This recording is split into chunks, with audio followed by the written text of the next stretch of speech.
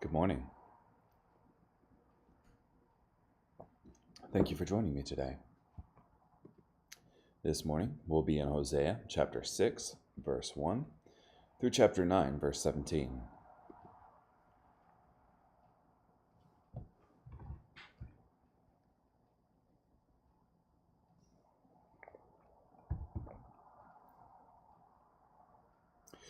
Come on, let's return to the Lord. He himself has torn us to pieces, but he will heal us. He has injured us, but he will bandage our wounds. He will restore us in a very short time.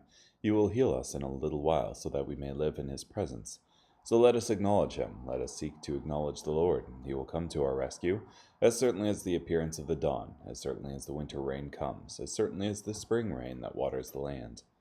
What am I going to do with you, O Ephraim? What am I going to do with you, O Judah? For your faithfulness is as fleeting as the morning mist. It disappears as quickly as a dawn's dew.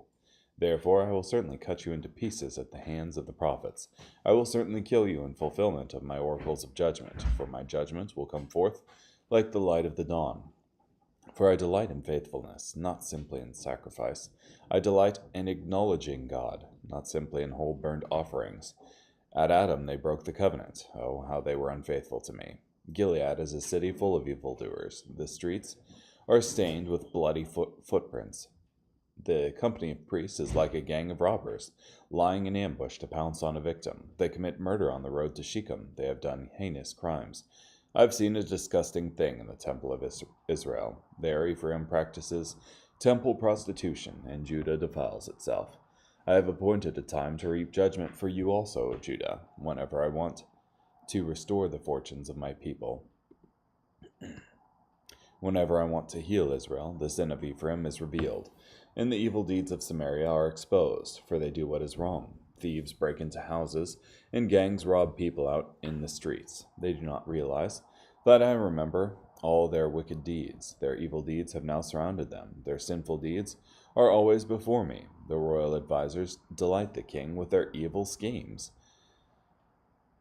The princes make him glad with their lies. They are all like bakers, and they are like a smoldering oven. They are like a baker who does not stoke the fire until the kneaded dough is ready for baking. At the celebration of their king, his princes become inflamed with wine. They conspire with evildoers. They approach him, all the while plotting against him. Their hearts are like an oven. Their anger smolders all night long, but in the morning it bursts into a flaming fire. All of them are blazing like an oven. They devour their rulers. All of their kings fall, and none of them call on me. Ephraim has mixed itself like flour among the nations. Ephraim is like a ruined cake of bread that is scorched on one side. Foreigners are consuming what his strenuous labor produced, but he does not recognize it. His head is filled with gray hair, but he does not realize it. The arrogance of Israel testifies against him, yet they refuse to return to the Lord their God. In spite of all this, they refuse to seek him. Ephraim has been like a dove, easily deceived and lacking discernment. They called to Egypt for help. They turned to Assyria for protection.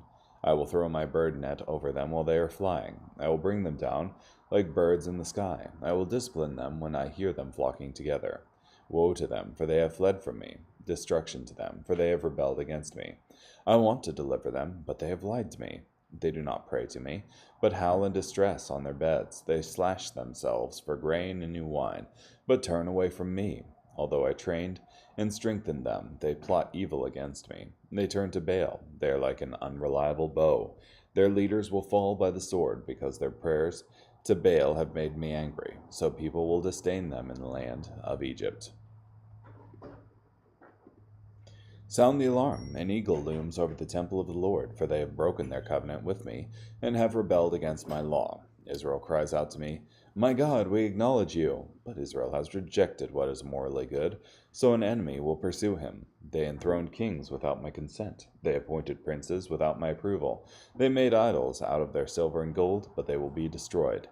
O Samaria, he has rejected your calf idol. My anger burns against them. They will not survive much longer without being punished, even though they are Israelites. That idol was made by a workman. It is not God. The calf idol of Samaria will be broken to bits. They sow the wind, and so they will reap the whirlwind. The stalk does not have any standing grain. It will not produce any flour. Even if it were to yield grain, foreigners would swallow it all up. Israel will be swallowed up among the nations. They will be like a worthless piece of pottery. They have gone up to Assyria, like a wild donkey that wanders off. Ephraim has hired prostitutes as lovers. Even though they have hired lovers among the nations, I will soon gather them together for judgment. Then they will begin to waste away under the oppression of a mighty king. Although Ephraim has built many altars for sin offerings, these have become altars for sinning. I spelled out my law for him in great detail, but they regard it as something totally unknown to them. They offer up sacrificial gifts to me and eat the meat.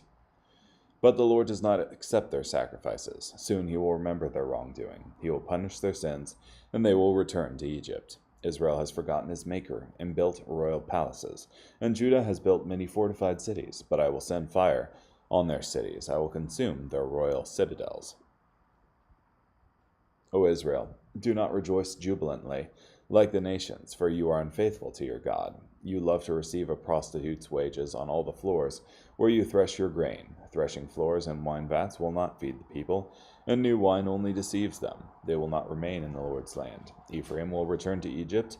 They will eat ritually unclean food in Assyria. They will not pour out drink offerings of wine to the Lord. They will not please him with their sacrifices. Their sacrifices will be like bread eaten while in mourning. All those who eat them will make themselves ritually unclean, for their bread will be only to satisfy their appetite. It will not come into the temple of the Lord.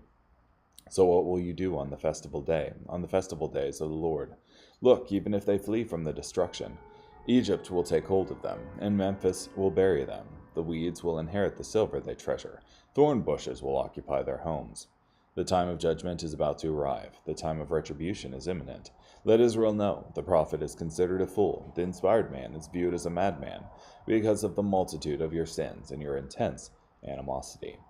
The prophet is a watchman over Ephraim on behalf of God, yet traps are laid for him along all of his paths. Animosity rages against him in the land of his God. They have sunk deep into corruption, as in the days of Gibeah. He will remember their wrongdoing. He will repay them for their sins. When I found Israel, it was like finding grapes in the wilderness. I viewed your ancestors like an early fig, on a fig tree in its first season. Then they came to Baal Peor, and they dedicated themselves to shame. They became as detestable as what they loved. Ephraim will be like a bird, that what they value will fly away. They will not bear children, they will not enjoy pregnancy, they will not even conceive. Even if they raise their children, I will take away every last one of them. Woe to them, for I will turn away from them.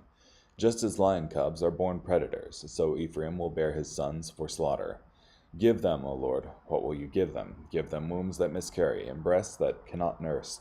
Because of all their evil in Gilgal, I hate them there. On account of their evil deeds, I will drive them out of my land. I will no longer love them. All their rulers are rebels. Ephraim will be struck down. Their root will be dried up. They will not yield any fruit. Even if they do bear children, I will kill their precious offspring. My God will reject them, for they have not obeyed him. So they will be fugitives among the nations. Huh.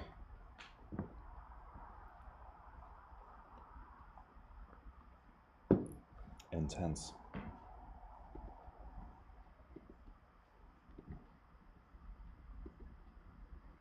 There's some calling to remembrance certain things here.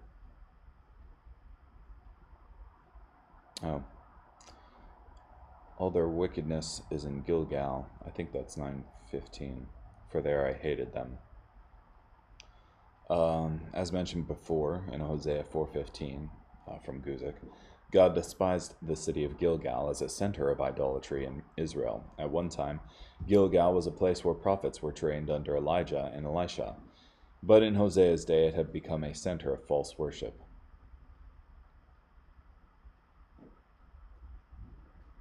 Oh, yeah. Also, you have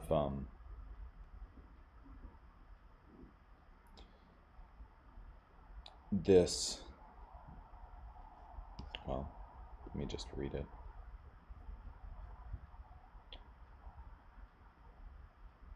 Ephraim will be struck down, their root will be dried up, they will not yield any fruit.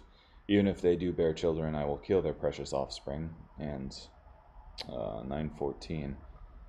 Give them, O Lord, what will you give them? Give them wombs that miscarry and breasts that cannot nurse. So one of the reasons that the people of Israel are worshiping the Baals and the Ashtaroth is for fertility. And ultimately, they're snubbing their nose at God, the one who controls all things. And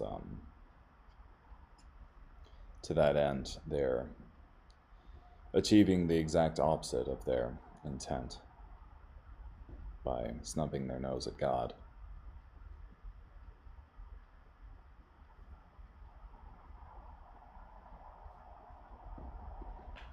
Yeah, I suppose now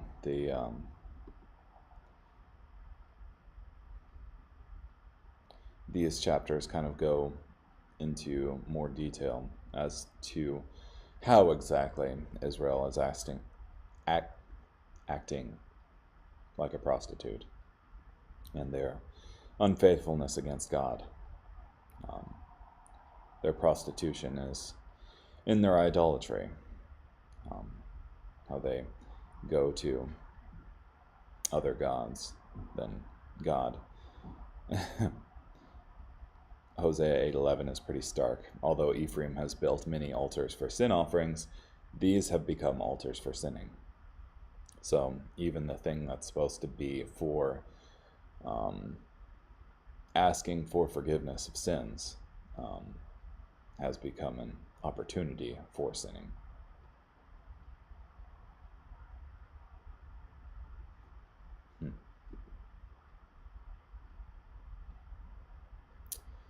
Yep, all their rulers love lies. Not great. Yeah. Carrying on. 3 John, chapter 1, verses 1 through 14. Somehow I've pulled up the book of John. Nice. From the elder to Gaius, my dear brother, whom I love in the truth. Dear friend, I pray that all may go well with you, and that you may be in good health, just as it is well with your soul. For I rejoiced greatly when the brothers came and testified to your truth, just as you are living according to the truth. I have no greater joy than this, to hear that my children are living according to the truth. Dear friend, you demonstrate faithfulness by whatever you do for the brothers, even though they are strangers. They have testified to your love before the church. You will do well to send them on their way in a manner worthy of God. For they have gone forth on behalf of the name, accepting nothing from the pagans. Therefore, we ought to support such people, so that we become co-workers in cooperation with the truth. I wrote something to the church, but Diotrephes, who loves to be first among them, does not acknowledge us. Therefore, if I come, I will call attention to the deeds he is doing, the bringing of unjustified charges against us, with evil words. And not being content with that, he not only refuses to welcome the brothers himself, but hinders the people who want to do so, and throws them out of the church. Dear friend, do not imitate what is bad, but what is good. The one who does good is of God. The one who does what is bad has not seen God. Demetrius has been testified by all, even by the truth itself. We also testify to him, and you know that our testimony is true. I have many things to write to you, but I do not wish to write to you with pen and ink. But I hope to see you right away, and we will speak face to face. Peace be with you. The friends here greet you. Greet the friends there by name.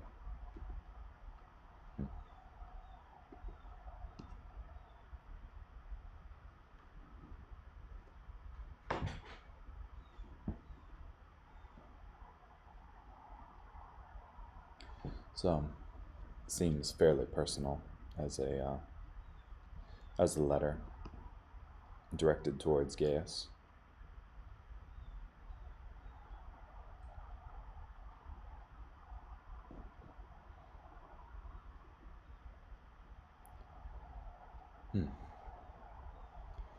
Dear friend, you demonstrate faithfulness by whatever you do for the brothers, even though they are strangers. So, it's to me that sounds like hospitality. And that's a good thing.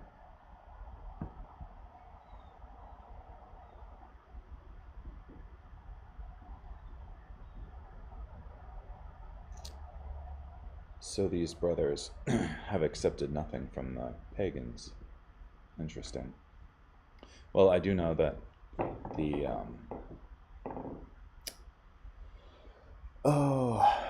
the elders of the church had made a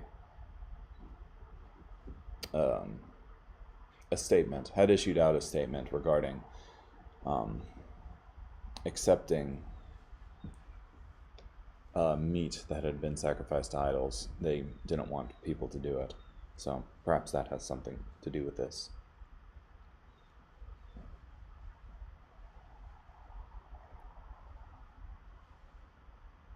Also, you have a good section of the book here dedicated to Diotrephes, who loves to be first among them, and is like slandering them amongst the brothers and kicking people out who want to be with John. So,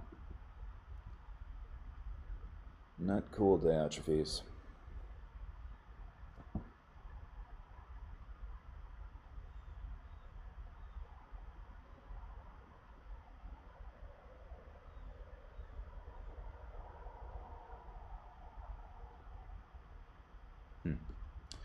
Well, I guess carrying on here. Psalm chapter 126, verses 1 through 6. When the Lord restored the well-being of Zion, we thought we were dreaming. At that time we laughed loudly and shouted for joy. At that time the nations said, "The Lord has accomplished great things for these people."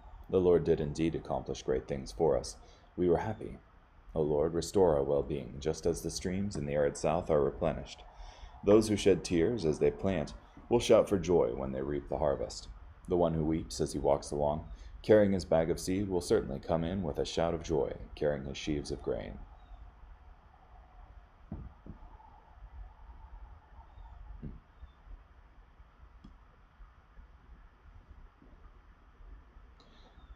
The title for this psalm is Thanksgiving for Return from Captivity. So, God demonstrating his loyal love to the people of Israel by returning them out of captivity again. Proverbs chapter 29, verses 12 through 14. If a ruler listens to lies, all his ministers will be wicked.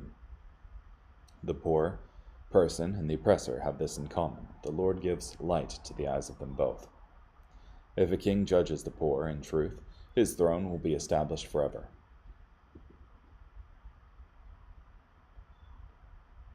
Yeah. If a king judges the poor in truth, his throne will be established forever. So the idea, I think, is that the poor have nothing to offer materially, and as such, there's no reason why you should execute justice fairly on them, except for the sake of justice. So,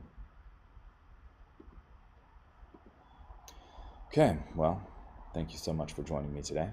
Hope you have a great day. Bye.